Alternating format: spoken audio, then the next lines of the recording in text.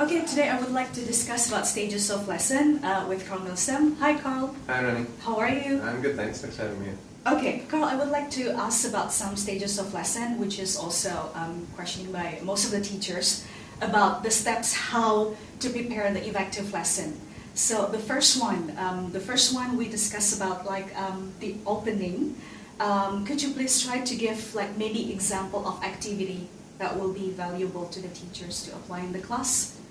Yeah, at the beginning of the lesson, when we're opening the lesson, I think it's most important that we focus on the learning environment and on getting a good connection with the students. So it's important that we engage their interests and we develop their curiosity and make sure that they're active learners in the lesson. So something that gets them active is important here, something that gets them out of their chairs, gets them interacting with each other, so that we know that they're fully engaged in the lesson, that they're participating actively. So anything, for example, like a mingle type activity, where we have students walking around the classroom asking each other questions, maybe recording the answers. An example of that is the classic find someone who. So you might have questions, find someone who has never been abroad, find someone who doesn't like this kind of food. Yeah, so that's a good, very simple opening type activity. Okay, is it including the introduction as well, especially if you probably come to the new class? Yeah, so if you're beginning a new class, then it's good to use the first, not just the opening stage of a lesson, but really the first lesson or two to get to know the students. So you can use opening activities that are introductory. I like to play a game with my new students called Magic Numbers. It's basically a guessing game where I give some numbers on the board for students to ask me questions, trying to guess these numbers. When they ask questions, I ask them questions back, and then give them a chance to ask each other some questions, so that it's a chance to get to know a little bit about each other personally. Also practice some basic interactions, and because it's the first lesson with a new group of students, as a teacher I use this as an opportunity to gauge their ability and see if they are the level that they're supposed to be at, what kind of areas I should be focusing on as I teach them. And ideally, you'll probably spend the first lesson or two with that kind of goal in mind. Perhaps before you get to the curriculum and the syllabus, spend a bit of time getting to know the students more.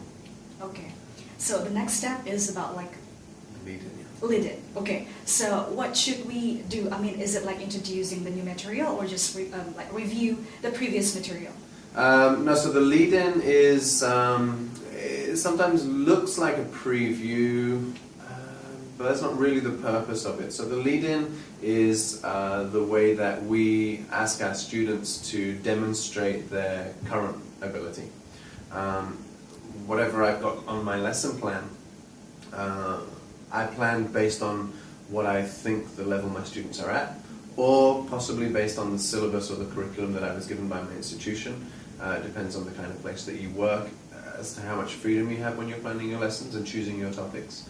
But you should never rely too much on that prediction. So when you walk into the classroom, it's always possible that you gauged your students wrong. Even if you've been teaching them for a long time, you could be mistaken about how good they are in a certain area, how well they understood a previous lesson.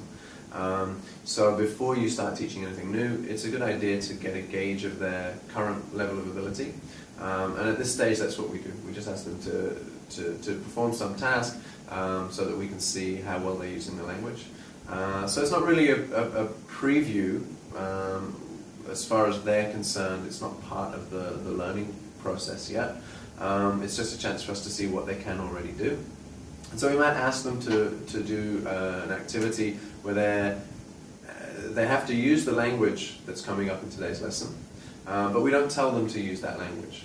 So this could be something like, if I want to teach past simple in my lesson, I have a lesson plan ready to teach past simple, but before I get to that, I want to make sure that they are either ready, or alternatively that they're not too advanced. It could be that they've already learned this before. So before we start teaching something new, we can give them an activity like, just say, tell us what you did at the weekend. And if they're going to answer that question, obviously you know and I know they should be using past simple. If they can answer that question using past simple perfectly, then it might be that they're at a higher level than I thought. If they answer that question using all the wrong grammar, it might be that they're at a lower level than I thought, maybe if they're using present continuous or something. But if they answer that question and it suggests to me that, okay, they know they're supposed to be talking in the past, but they don't quite know the grammar, then maybe they're at the level that I expected them to be at. And using that information, they're lower than I thought, they are where I expected them to be, or they are more advanced than I expected, then I can decide how to go forward with the lesson and if I need to adapt my lesson plan in any way. Okay, yes, and for the next step, we will move to the next step. So next we have the encounter stage, which is where the learning process really begins. And this is where the students encounter the new language in context for the first time. So at this stage of the lesson, we want them to see the new target language in some kind of a realistic situation or scenario. This counters the older, more teacher-centered approach of presenting language to the students through some kind of a lecture or presentation.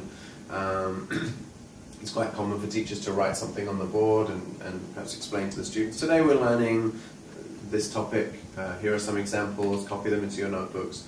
So we try to take a more student-centered approach, and instead of explicitly showing the students this is what we're learning today, we give them some kind of an encounter with a real piece of language.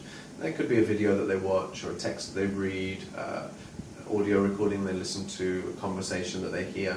And in that language, or in that text, there will be some new target language, whether it's new pieces of vocabulary or new grammatical structures that we want them to learn during this lesson. And we will give them some guidance, but hopefully they will find or identify the new language by themselves, and they'll be able to come to some understanding by themselves as to what that means, why it's being used, how it's being used. And this way we introduce the language through the student's own discovery rather than some teacher-led presentation. Okay, so like presenting the target language to the students. Yeah, but as I say, generally speaking, presentations are a bit more teacher-centered. So when the teacher presents something, the students aren't thinking as much. When we get the students to find it for themselves, there's a lot more student-centered processes going on, a lot more thinking, a lot more critical thinking, and the learning is much stronger as well, because when we learn something that we have to think about, we remember it much longer, that understanding is much deeper than if somebody just tells us. We're more likely to forget that. Okay. All right, so we carry on to the next step. What is the next step? So next, the students need to process the language that they've discovered in the encounter. So during this process stage, we focus a little bit more on the form or on the technicalities of the language, making sure that they're using everything accurately. And so here there are very restricted activities. You might see worksheet type activities here, things like filling in the blanks, matching things together, completing sentences, or if it's a more spoken lesson, it might be things like drilling, it might be things like chain activities where I start a sentence and then you finish the sentence and then the next person continues and so on. And all the while here, we're just giving our students small, quite isolated opportunities to recreate the target language that they discovered during the encounter stage. Okay, so that's the fourth steps. Mm-hmm. Okay, so maybe we can just continue to the next. Okay, so after the focus on accuracy, and we can see as teachers that the students are now capable of creating the type of sentence or the type of language that we want them to create. They're doing it accurately for the most part. We don't expect perfection, but we want to make sure that the majority of the class is mostly able to create good sentences using the format that they've discovered in the encounter stage. When they can do that, then we broaden the scope a little bit, and we give them a chance to try out this new language in their own kind of context. So we might ask them to use the language to talk about themselves, or to use the language to describe something in their past or an experience they've had. Use the language if we're, for example, teaching future tenses. We might ask them about their goals or their dreams or their plans or something that they expect to happen. and get them to talk from a more personal perspective. So in the first of the process stage there, they were just internalizing the technical language. And this is something that's important so that when the students leave the classroom, the mistakes have been ironed out and they're able to use the language quite automatically without having to think, okay, this is a past scenario, I need to use past simple. Past simple is verb plus ed. So this, right, we don't want them to go through this very technical process of forming a sentence. So we do a lot of practice in the lesson to make that come more naturally to them. And then we want them, after they've internalized the form, we want them to personalize the context. So that's what that second stage is.